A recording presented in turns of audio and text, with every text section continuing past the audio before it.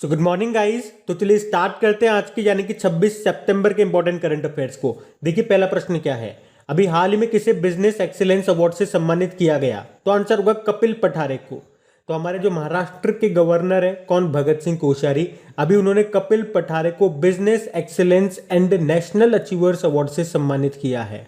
तो ये जो पुरस्कार है ये उद्योग और भारतीय अर्थव्यवस्था में उनके उत्कृष्ट योगदान के लिए दिया गया। क्या नाम है? कपिल पठारे। बाकी सबरना रॉय टाइम्स एक्सीलेंस अवार्ड 2021 जीता। Satish Parekh international road federation of India के ये नए अध्यक्ष बने। और Arun Kumar Singh BPCL Bharat petroleum corporation limited के नए अध्यक्ष बने। ये ध्यान रखना, बढ़ते आगे। फिर देखिए अगला प्रश्न क्या है, अभी हाल ही में केंद्र सरकार ने शिक्षण संस्थानों का पेटेंट शुल्क कितना प्रतिशत तक घटा दिया है? तो आंसर होगा 80% तक। तो अभी केंद्र सरकार ने पेटेंट संशोधन नियम 2021 के तहत रिसर्च और इनोवेशन को बढ़ावा देने के उद्देश्य से शिक्षण संस्थानों का पेटेंट शुल्क 80% तक घटा दिया है। यानी कि पहले शिक्षण संस्थानों को पेटेंट कराने के लिए 4.5 लाख देने होते थे, अब सिर्फ 85,000 85,000 में ही काम हो जाएगा। और अब इसके बाद शिक्षण संस्थानों में अपने रिसर्च और इनोवेशन से जुड़े कामों को पेटेंट कराने को लेकर दिलचस्पी भी बढ़ेगी। पेटेंट क्या होता है? तो एक तरह से बौद्धिक संपदा की सुरक्षा के लिए होता है ये। जैसे कि आपने कोई एक नया प्रोडक्ट बना दिया जो अभी तक मार्केट में किसी ने नहीं बनाया, तो उसका पेटेंट करा दो, फिर आपका आइडिया चुरा के कोई उसी तरह का प्रोडक्ट नहीं बना सकता है। और किसी भी प्रोडक्ट को अगर पेटेंट मिलता है तो कितने सालों के लिए वैलिड रहता है? 20 सालों के लिए। जबकि जीआई टैग मिलता है तो वो 10 सालों के लिए वैलिड रहता है। और बौद्धिक संपदा से आपको याद आएगा बौद्धिक संपदा सूचकांक इंटेलेक्चुअल प्रॉपर्टी इंडेक्स, इसमें यूएसए टॉप पे था, भारत 40वें स्थान पे था। और अगर आपसे पूछा जाए वर्ल्ड इंटेलेक्चुअल प्रॉपर्टी ऑर्गेनाइजेशन का हेडक्वार्टर कहाँ पर है, तो जेनेवा स्विट्जरलैंड में है। तो ये भी ध्यान रखना, इंपॉर्टेंट क्वेश्चन रहेगा। बढ़ते आगे। और हाँ गाइस, देखिए इंडिया के टॉप बैंक एडुकेटर्स एक बार फिर अनअकैडमी पर आपके लिए ला रहे हैं ढेर सारी फ्री क्लासेस। तो अनअकैडमी की हर क्लास कंडक्ट की जाती है आपके बैंक की हर परीक्षा की तैयारी को और भी ज्यादा मजबूत करने के लिए। और ये सारी फ्री क्लासेस आपको मिलेंगी अनअकैडमी पर, जहां पर आप अपने फेवरेट टीचर के साथ अपने घर से अपने पर्सनल शेड्यूल के हिसाब से पढ़ सकते हैं। और अनअकैडमी की हर क्लास आप लाइव नहीं तो बाद में रिकॉर्डेड सेशन के द्वारा भी अटेंड कर सकते हैं। और अगर आप चाहें तो क्लास को डाउनलोड करके ऑफलाइन भी देख सकते हैं। और आप लाइव क्लास में आस्क अ डाउट फीचर के द्वारा टीचर से अपने डाउट भी क्लियर करवा सकते हैं। और आप लाइव क्विजेज और टेस्ट सेशन भी अटेंड कर सकते हैं, जहां पर आपको अपनी लाइव रैंकिंग भी देखने को मिलेगी। और अनअकैडमी पर टोटल 12 भाषाओं में क्लासेस कंडक्ट होती है। तो आप अपनी फेवरेट भाषा में क्लास अटेंड कर सकते हैं, आप अपने टीचर के साथ इंटरेक्ट कर सकते हैं, लाइव पोल में पार्ट ले सकते हैं। और ये सभी फीचर आपको मिलेंगे एक ही प्लेटफॉर्म पर, एक ही सब्सक्रिप्शन के साथ। तो आज ही सब्सक्राइब करें अनअकैडमी पर और इन सभी बेनिफिट्स का लाभ उठाइए। और हाँ देखिए, अगर आप मेरा कोड जो कि है क्रेक एग्जाम 10 यूज करते हैं तो आपको एडिशनल 10% का इंस्टेंट डिस्काउंट भी मिलता है। तो आपको इन सभी क्लासेस के जो लिंक हैं वो नीचे डिस्क्रिप्शन में मिल जाएंगे, तो वहां जाकर के आप इन सबका बेनिफिट उठा सकते हैं। अभी हम बढ़ते हैं आगे। फिर बताइए, अभी हाल ही में केवीआईसी ने किस राज्य में पहला रेशम यार्न उत्पादन केंद्र स्थापित किया है? तो आंसर होगा उड़ीसा में। तो अभी केवीआईसी ने रेशम उद्योग को बढ़ावा देने के लिए उड़ीसा के पहले रेशम यार्न उत्पादन केंद्र को खोला है। कहां पे? उड़ीसा के कटक जिले में। तो याद रखना, उड़ीसा का ये पहला टसर सिल्क यार्न उत्पादन केंद्र है। टसर रेशम यहाँ का स्थानीय रेशम है। और अब इससे यहाँ पे फायदा क्या होगा? इससे उत्पादन बढ़ेगा, महिलाओं को रोजगार मिलेगा और आय में वृद्धि होगी। बाकी केवीआईसी मतलब खादी व ग्रामोद्योग आयोग, इसका हेडक्वार्टर आपको मिलेगा मुंबई में। इसके हेड है विनय कुमार सक्सेना। चलिए बताइए केवीआईसी किस मंत्रालय के अधीन काम करता है? तो एमएसएमई मंत्रालय, माइक्रो स्मॉल मीडियम एंटरप्राइजेज। और अगर आपसे पूछा जाए जो रेशम कीट पालन इसको क्या कहते हैं? सेरीकल्चर कहा जाता है। और बताओ मुगा सिल्क का जीआई टैग किस राज्य के पास है? असम के पास है। असम के पास अभी तेजपुर लीची का जीआई टैग भी है, जबकि शाही लीची का जीआई टैग बिहार के पास है। और भारत का पहला खादी प्राकृतिक पेंट तैयार किया था केवीआईसी ने, जो कि गोबर से बनाए, और उसके ब्रांड एम्बेसडर बने थे कौन? नितिन गडकरी। और केवीआईसी ने राजस्थान के उदयपुर में बोल्ड प्रोजेक्ट शुरू किया था जिसमें बांस के पौधे लगाए गए थे। ये प्रश्न एग्जाम में आया था। और अभी कुछ दिन पहले ही हमने पढ़ा था केवीआईसी ने कुम्हारों के लिए, जो पोटर होते हैं उनके लिए स्पिन योजना को शुरू किया था। स्पिन मतलब हो गया strengthening the potential of India. तो ये सारे पॉइंट ध्यान रखना, आप पढ़ते आगे। फिर बताइए, अभी हाल ही में सौर ऊर्जा स्थापित क्षमता में कौन सा राज्य देश में पहले स्थान पर रहा है? तो आंसर होगा राजस्थान। तो सौर ऊर्जा स्थापित क्षमता में पूरे देश में राजस्थान पहले स्थान पर रहा है। और राज्य की कुल स्थापित सौर ऊर्जा क्षमता कितनी है? 7,738 मेगावाट। पहले स्थान पर राजस्थान, दूसरे स्थान पर कर्नाटक और तीसरे स्थान पर रहा है गुजरात। अब राजस्थान पहले स्थान पर है, तो ये रहा मैप में राजस्थान। देखो, राजस्थान की कैपिटल जयपुर है, जिसको पिंक सिटी बोला जाता है। और अभी जयपुर को वर्ल्ड हेरिटेज साइट का दर्जा भी मिला था। और जयपुर में ही भारत का दूसरा सबसे बड़ा और विश्व का तीसरा सबसे बड़ा क्रिकेट स्टेडियम भी बन रहा है। यहाँ के मुख्यमंत्री हैं अशोक गहलोत, गवर्नर है कलराज मिश्र और चीफ जस्टिस है इंद्रजीत मोहंती। उसके अलावा याद रखना, राजस्थान सरकार ने ही प्रत्येक श्रेणी के लिए न्यूनतम मजदूरी में प्रतिदिन कितने रुपए की वृद्धि करने का निर्णय लिया था? 27 रुपए। इसके अलावा बुजुर्गों के लिए जीवन का गुणवत्ता सूचकांक आया था, जिसमें 5 मिलियन से ज्यादा आबादी में बात करेंगे तो राजस्थान टॉप पे रहा था, और 5 मिलियन से कम आबादी में बात करेंगे तो हिमाचल प्रदेश टॉप पे रहा था। और बताइए, किसे लैंड फॉर लाइफ अवार्ड 2021 दिया गया? श्याम सुंदर ज्ञानी को, ये राजस्थान के हैं। और सबसे इंपॉर्टेंट पॉइंट कि राजस्थान का चौथा और देश का 52वां टाइगर रिजर्व कौन सा बना? तो आंसर होगा रामगढ़ विषधारी अभ्यारण्य। ये आपको मिलेगा बूंदी में। इससे पहले 3 टाइगर रिजर्व यहाँ पे कौन कौन से थे? Sariska tiger reserve, Ranthambore tiger reserve और मुकुंदरा हिल्स। अच्छा बताइए, जीनोम सीक्वेंसिंग की सुविधा शुरू करने वाला देश का पहला राज्य बना था कौन सा? राजस्थान। जैव ईंधन नीति को लागू करने वाला पहला राज्य? तो भी आंसर होगा राजस्थान। देश का पहला कृषि आधारित सौर ऊर्जा संयंत्र किस राज्य में शुरू हुआ? राजस्थान में। मुख्यमंत्री किसान मित्र ऊर्जा योजना शुरू की थी राजस्थान ने। मुख्यमंत्री अनुप्रति कोचिंग योजना शुरू की थी राजस्थान ने। घर घर औषधि योजना शुरू की थी राजस्थान ने।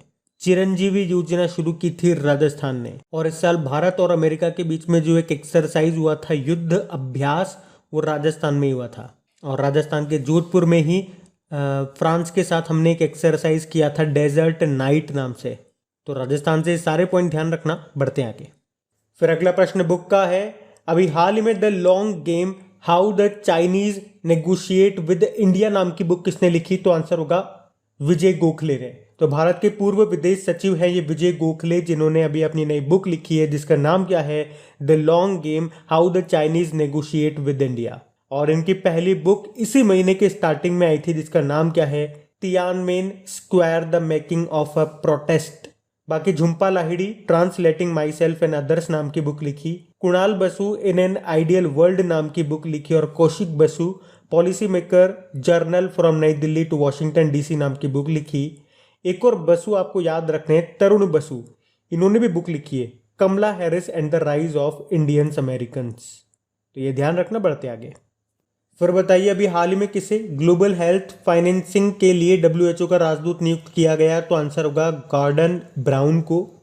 तो अभी WHO ने यूके के पूर्व प्रधानमंत्री गॉर्डन ब्राउन को वैश्विक स्वास्थ्य वित्त पोषण के लिए वर्ल्ड हेल्थ ऑर्गेनाइजेशन राजदूत के रूप में नियुक्त किया है। क्या नाम है? Gordon brown.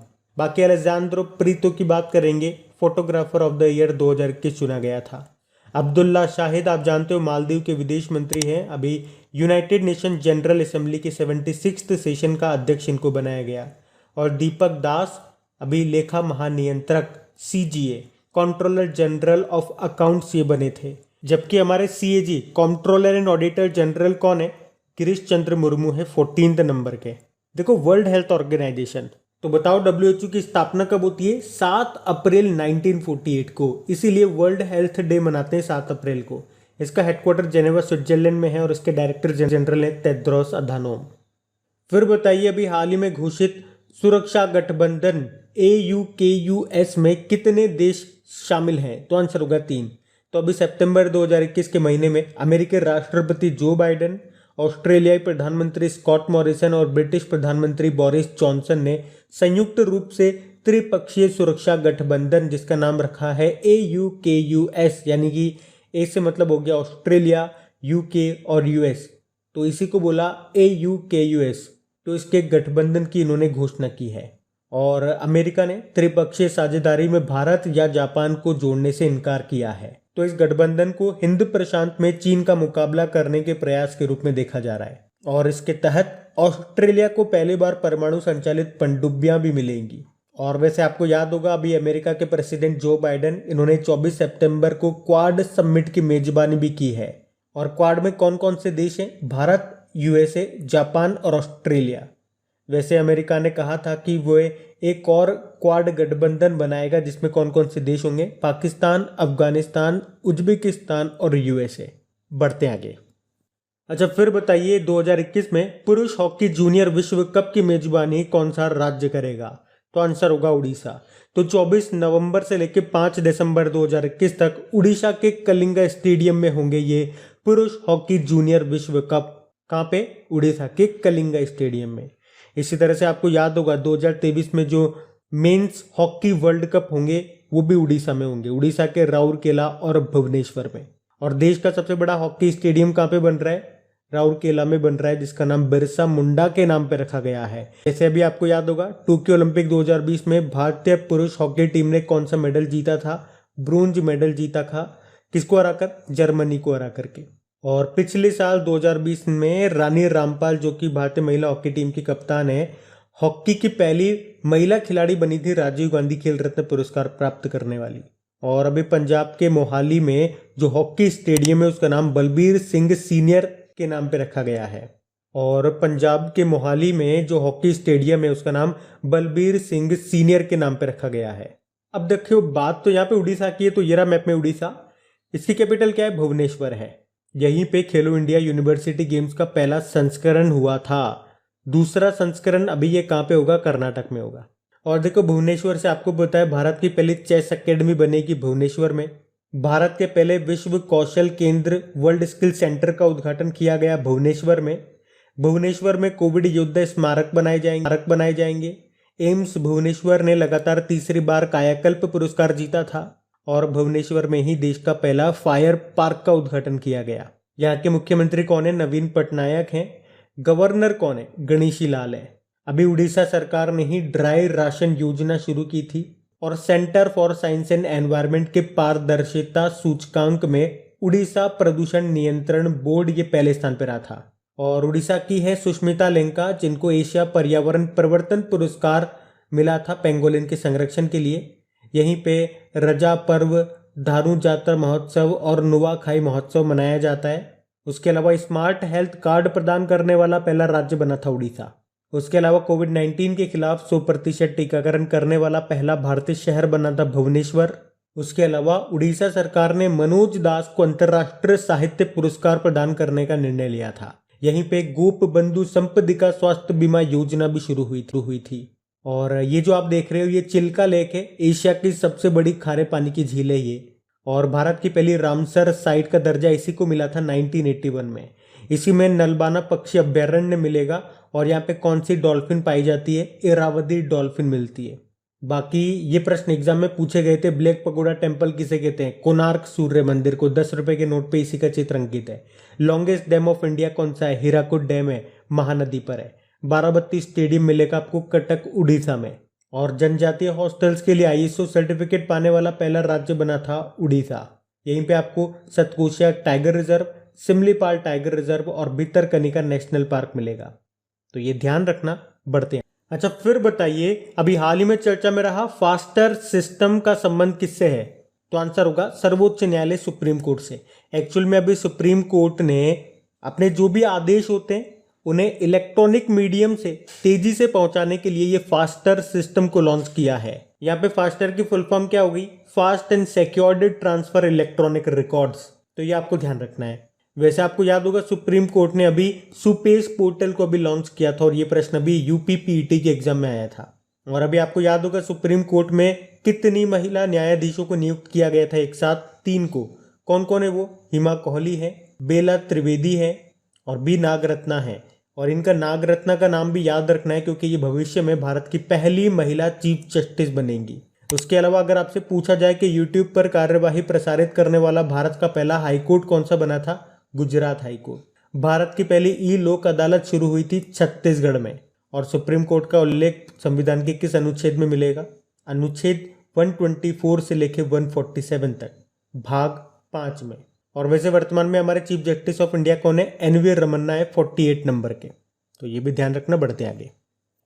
तो बताइए, देश भर में स्वास्थ्य सेवा को डिजिटल बनाने के लिए प्रधानमंत्री नरेंद्र मोदी ये किस योजना को लॉन्च करेंगे? तो आंसर होगा प्रधानमंत्री डिजिटल स्वास्थ्य मिशन को।